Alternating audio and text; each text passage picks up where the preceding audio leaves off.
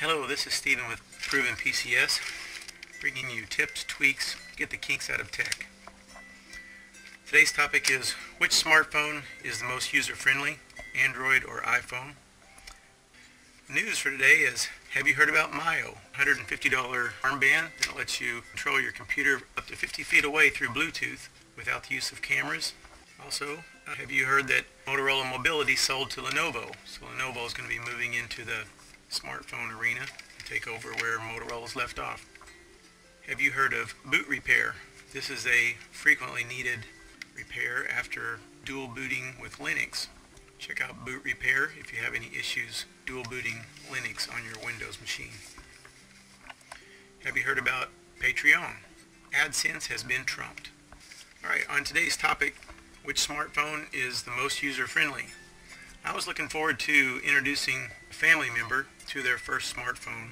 I thought it was going to be easy because I had 4 Android-based smartphones, and that was very easy. I never had to look at a manual of any sort. Everything was pretty much clear-cut, user-friendly terminology, and there was no need for explanation as to what did what when you looked at the interface of the Android-based smartphone. This phone right here is my 4th Android-based smartphone. This is the LG Mach. I got it specifically because it has a lit slider keyboard. One of my biggest frustrations with smartphones is tapping on the screen to hit letters on a keyboard that are on the screen and hitting the wrong letters and having to correct myself. So with the actual physical buttons on a normal layout keyboard, if you're a typist, this is really a plus because you're used to keys being in a certain position. And when it's lit at night, you can also see it. You have all the advantages of an on-screen keyboard, plus your keyboard is not taking up space on your screen. You have actual physical buttons that you can press, not make near as many mistakes while typing. If you text a lot, this is a texting dream. If you write emails to respond to email, this is ideal. Also, this phone came with near-field communications. It wirelessly connects to my new Action Cam. It's a very thoughtful inclusion on LG's part. This is also a LTE technology phone, so it has all the latest and greatest technology inclusions that one would want. The battery life has been really good on the LG Mach, and this phone was under $200. Now on to the Apple iPhone. My family member that was getting their first phone had been influenced by another family member because they had an iPhone. So they decided, because they saw their family member using the iPhone, that was the phone they should get. I personally didn't know anything about the iPhone. I've never used an Apple product that I owned. I have used the older Mac all-in-one PC.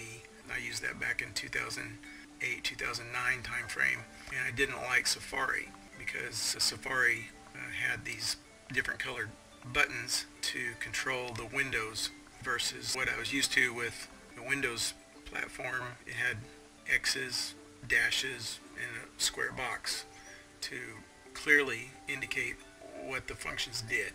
So that steered me away from Apple at that point. I'd heard people over the years talk about how great Apple computers were, Apple products, and I thought, well, maybe they are good. I've never personally owned one. I don't know a lot about them. What I have seen I don't like. That was enough to keep me away from Apple products. I always wondered what the big deal was with Apple.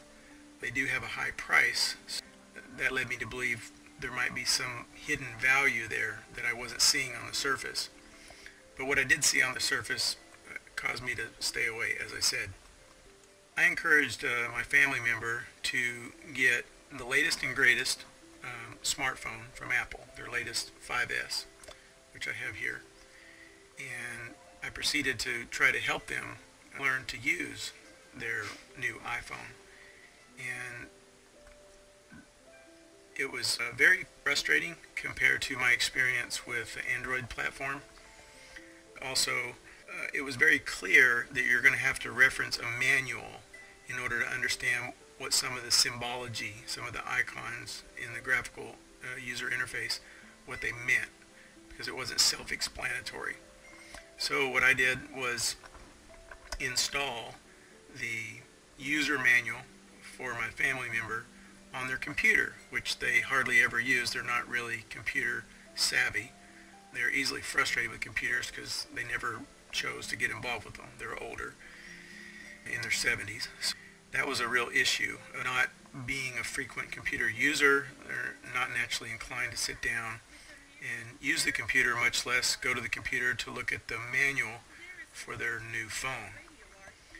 I'm talking about somebody that's upgrading from basically a flip phone. The smartphone was a major upgrade or change in their life, their normal routine. Then as time went on, we finally got the phone usable. The main concerns was being able to make a phone call, which they were able to do before they got the smartphone. And now the basic process of responding to text messages, emails, Facebook posts, those basic capabilities became an obvious challenge to figure out how to do on the iPhone for a new user that's never used a smartphone.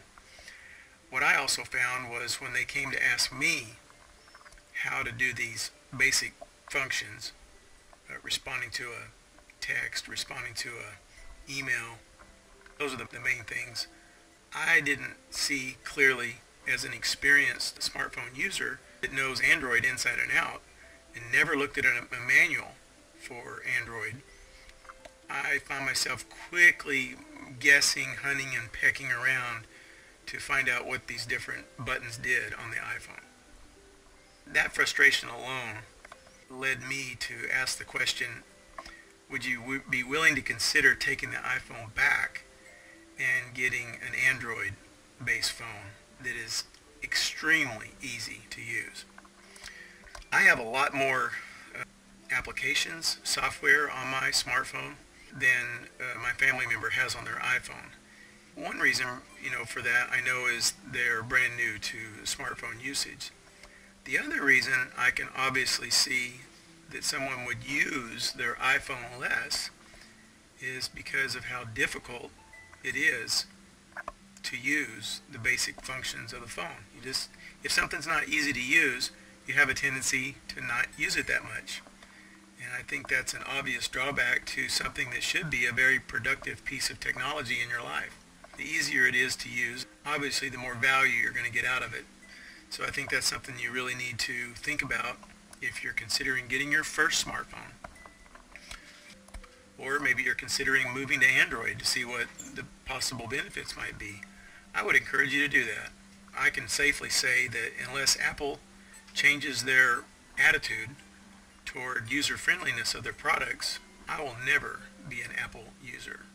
I hope that changes. I hope something happens down the road where Apple, decides to try to relate to people more. But until then, adios. Thanks for listening. Stay tuned for our next segment of Proven PCS. Bye-bye.